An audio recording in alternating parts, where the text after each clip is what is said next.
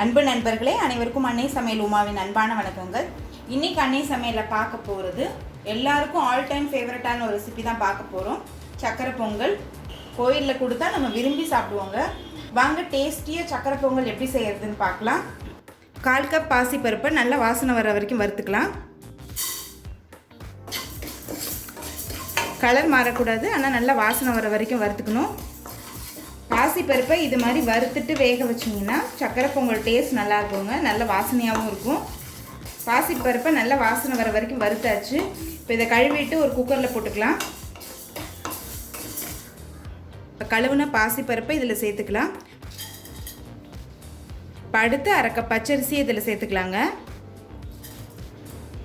அடுத்து 2 table spoon கடலைப்பருப்பை 1/2 மணி நேரம் ஊற வச்சு சேர்த்துக்கலாம். அடுத்து 1/2 கப் தண்ணி சேர்த்துக்கலாம். அடுத்தது காய்ச்சின பால் 1/2 கப் சேர்த்துக்கலாங்க. பால் சேர்த்து வேக வைக்கிறதுனால சக்கரை பொங்கல் டேஸ்ட் ரொம்ப நல்லாயிருக்கும். 1க்கு 4ன்ற இதில் தண்ணி சேர்க்கணுங்க. 1 கப் அரிசி எடுத்துருந்தீங்கன்னா நீங்கள் 4 கப் தண்ணி சேர்க்கணும். அப்போ தான் சக்கரை பொங்கல் நல்ல குழைவாக வரும். 1 சிட்டிகை உப்பு சேர்த்துக்கலாம். நான் சக்கரை பொங்கலை குக்கர்லேயே பண்ண போகிறேங்க. நீங்கள் விருப்பப்பட்டீங்கன்னா கடாய் இல்லைன்னா ஏதாவது ஒரு பாத்திரத்தில் பண்ணிக்கோங்க. இப்போ மூடி போட்டு குக்கர்லேருந்து 5 விசில் வர வரைக்கும் வெயிட் பண்ணலாம்.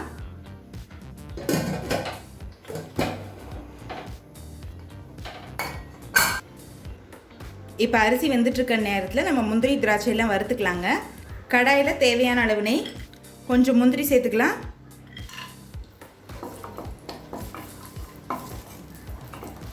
இப்போ முந்திரி கலர் நல்லா மாறிடுச்சுங்க. அடுத்தது காஞ்ச திராட்சை கொஞ்சம் சேர்த்துக்கலாம்.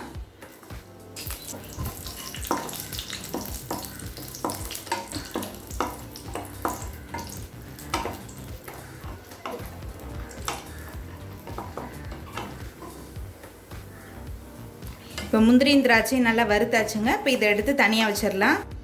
அடுத்தது வெல்லத்தை கரைச்சிக்கலாம். நான் 3/4 கப் வெல்லத்தை சேர்க்குறேன். இது கூடவே 1/4 கப் தண்ணி சேர்த்துக்கலாம்.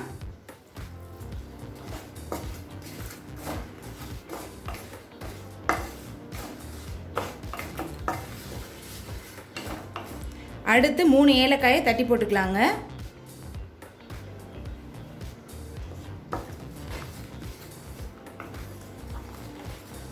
இப்போ வெல்லம் நல்லா கரைஞ்சிருச்சு. இப்போ இதை வடிகட்டி தனியாக எடுத்து வச்சுக்கலாங்க. இப்போ குக்கர்லேருந்து 5 விசில் வந்துருச்சுங்க.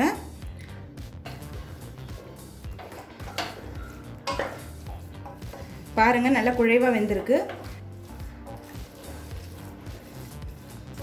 நல்லா குழைச்சி விட்டுருங்க.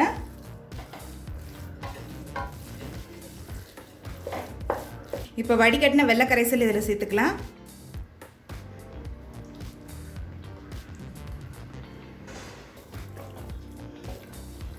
நல்லா மிக்ஸ் பண்ணிடுங்க.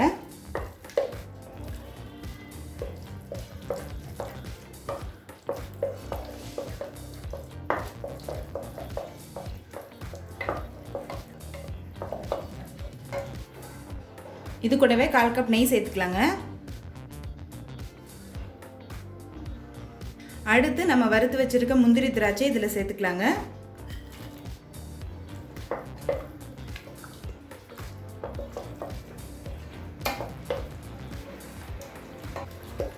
இப்போ சக்கரை பொங்கல் ரெடி ஆகிடுச்சுங்க. நம்ம சர்வ் பண்ணிடலாம். இப்போ சுவையான சக்கரை பொங்கல் ரெடி ஆகிடுச்சுங்க. ரெசிபியை ட்ரை பண்ணி பாருங்கள், கண்டிப்பாக உங்களுக்கே பிடிக்கும். ரெசிபி பிடிச்சிருந்ததுன்னா வீடியோவை லைக் பண்ணுங்கள், கமெண்ட் பண்ணுங்கள், ஷேர் பண்ணுங்கள். இது வரைக்கும் அன்னை சமையல் சேனலை சப்ஸ்கிரைப் பண்ணுறேன்னா சப்ஸ்கிரைப் பண்ணுங்கள். தேங்க்யூ.